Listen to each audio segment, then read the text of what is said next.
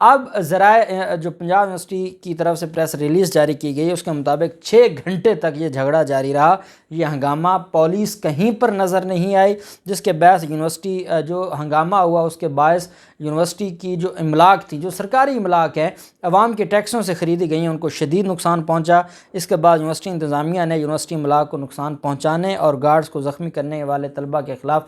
FIR درج کروا دی ہے۔ طلباء کے خلاف انتظامی کارروائی کے لیے معاملہ ڈسپلنری کمیٹی کے بھی سپرد کیا گیا ہے، جبکہ انکوائری کمیٹی بھی معاملے کا جائزہ لے کر وائس چانسلر کو رپورٹ فراہم کرے گی۔ یہ معاملہ ہے پنجاب یونیورسٹی کا، اور یہ 6 گھنٹے وہاں پر یہ عسکریت پسندی ہوتی رہی یا انتہا پسندی ہوتی رہی۔ میں ایک سوال ضرور کروں گا، ایک اسلام آباد میں ایک جگہ ہے اور وہ مشہور جگہ ہے لال مسجد کے نام سے، اور وہاں پر ایک مولوی براجمان ہے اتنے عرصہ سے، اور وہ ہر آئے روز وہاں پر دنگا فساد کرتا ہے اور آئے روز ریاست کی ریٹ کو چیلنج کرتا ہے، لیکن وہ پچھلے کئی دہائیوں سے وہاں پر بیٹھا ہے اور ریاست اس کو چھیڑتی نہیں ہے۔ اور اس ایسے لوگوں کی وجہ سے پاکستان میں جن لوگوں نے بزنس کرنے آنا ہوتا ہے، جن لوگوں نے یہاں پر انویسٹمنٹ کرنی ہے، وہ لوگ اپنے آپ کو انسیکیور فیل کرتے ہیں کہ جب اسلام آباد کے اندر یہ حالات ہیں اور کوئی اس کو نہیں چھیڑتا۔ کیوں نہیں چھیڑتا بھائی؟ کیوں نہیں ان لوگوں کو ریاست اپنی ریٹ وہاں پر کیوں نہیں اپلائی کرتی؟ سارا کچھ خاموش ہے، اور سارا کچھ، اور اتنے عرصہ سے ہم سنتے آ رہے ہیں، آپ سنتے آ رہے ہیں کہ آج یہ دھمکی لگا دی، آج افغان طالبان کے جھنڈے لگا دیے، آج ان کے نعرے لگا دیے، ہم سنتے آ رہے ہیں، لیکن اس کے اوپر کچھ نہیں ہوتا۔ تو میری گزارش یہ ہے حکومت وقت سے، اپنے اداروں سے، کہ یہ چھوٹے چھوٹے جو گروپ ہیں یہی بعد میں آ کے بڑے گروپ بنتے ہیں، اور پھر ان کے خلاف ہمیں رد الفساد بھی کرنا پڑتا ہے، ضرب عضب بھی کرنا پڑتا ہے۔ اب جیسے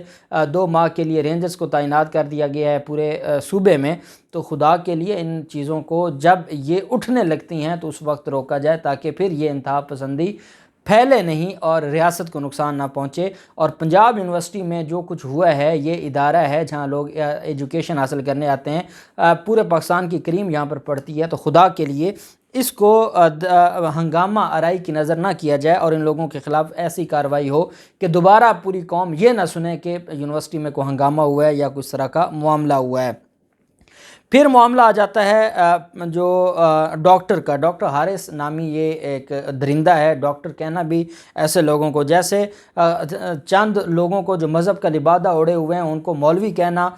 غلط ہے، مفتی کہنا غلط ہے، اسی طرح سے ان لوگوں کو ڈاکٹر کہنا اس وجہ سے غلط ہے کہ ڈاکٹر تو ایک عظیم پیشہ ہے جو لوگوں کی ویلفیئر، لوگوں کی کیئر، لوگوں کی دیکھ بھال، لوگوں کی جو فزیکل ان کے ایشوز ہیں ان کی علاج معالجہ کرتا ہے، اور ایک رحم کا ایک کنسیپٹ پایا جاتا ہے ڈاکٹر میں، لیکن جب وہ درندہ بن جائے تو وہ ڈاکٹر نہیں رہتا۔ اس ڈاکٹر نے نہ صرف لیڈی ڈاکٹرز کو بلکہ نرسز کے ساتھ جنسی زیادتی کے لیے ان کو استعمال کیا، ان کی ویڈیوز بنائیں، ان کو شیئر کیا، اور اس کے خلاف یہ مقدمہ تھا جس میں اس کی آج درخواست ضمانت مسترد ہو گئی ہے۔ یہ گرفتار ہوا تھا اور انشاءاللہ یہ ضمانت ہائی کورٹ تک ہونے والی نہیں ہے، اور یہ مسترد ہوگی اور یہ لمبے عرصے کے لیے جیل ہوگا۔ پروسیکیوشن کی طرف سے عدالت کو بتایا گیا ہے کہ نشہ آور مشروب پلا کر نرسز اور لیڈی ڈاکٹرز کی برہنہ ویڈیوز بنانے والا یہ ڈاکٹر ہے، اور اس کے خلاف یہ مقدمہ درج کیا گیا ہے۔ مقدمے میں یہ گنہگار پایا گیا ہے، اس کے موبائل سے ویڈیوز ریکور ہوئی ہیں، اور FIA کا یہ کہنا ہے کہ اس کو ریلیف نہیں ملنا چاہیے ضمانت کا، اور یہ ضمانت کا حقدار نہیں ہے، جس کی بنیاد پر عدالت نے ان کی درخواست ضمانت مسترد کر دی ہے۔ پھر آ جاتا ہے پارٹی فنڈنگ کیس۔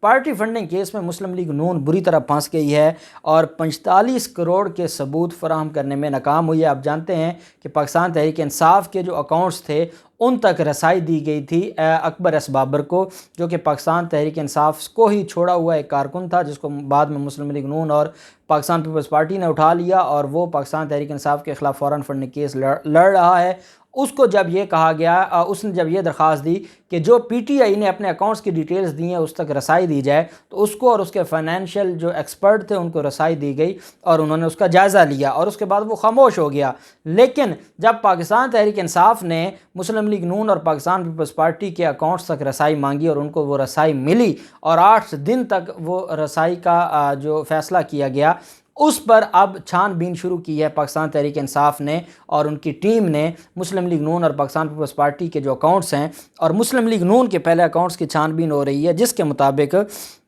نون لیگ امداد کی مد میں موصول ہونے والے 45 کروڑ سے زائد پارٹی فنڈ کے ثبوت اسکروٹنی کمیٹی، الیکشن کمیشن کی اسکروٹنی کمیٹی کو فراہم کرنے میں بری طرح ناکام ہو چکی ہے۔ اور نون لیگ نے 5 بینک اسٹیٹمنٹس 2003 اور 2013 اور 2014 میں موصول فنڈز کے کراس چیک بھی تاحال الیکشن کمیشن کو فراہم نہیں کیے۔ 3 ان کے خلاف اس وقت تک آ چکے ہیں ثبوت۔ ایک یہ کہ 45 کروڑ کا ان کے پاس کوئی ثبوت نہیں ہے، دوسرا یہ ہے کہ انہوں نے 5 بینک اسٹیٹمنٹس جمع نہیں کروائیں، اور ایک یہ ہے کہ 2013 اور 2014 میں موصول فنڈز کے کراس چیک بھی ابھی تک انہوں نے جمع نہیں کروائے۔ ذرائع کا کہنا ہے 2013 اور 2014 میں مسلم لیگ نون کو 45 کروڑ 59 لاکھ اور 71 ہزار کے فنڈز موصول ہوئے، اور اب تک تاحال ان 5 اکاؤنٹس کی بینک اسٹیٹمنٹ الیکشن کمیشن کو فراہم نہیں کی گئیں۔ نون لیگ کے اکاؤنٹس میں کروڑوں روپے کی غیر تصدیق شدہ ٹرانزیکشنز سامنے آ گئی ہیں، اور یہ سارا معاملہ جو ہے وہ پاکستان مسلم لیگ نون کے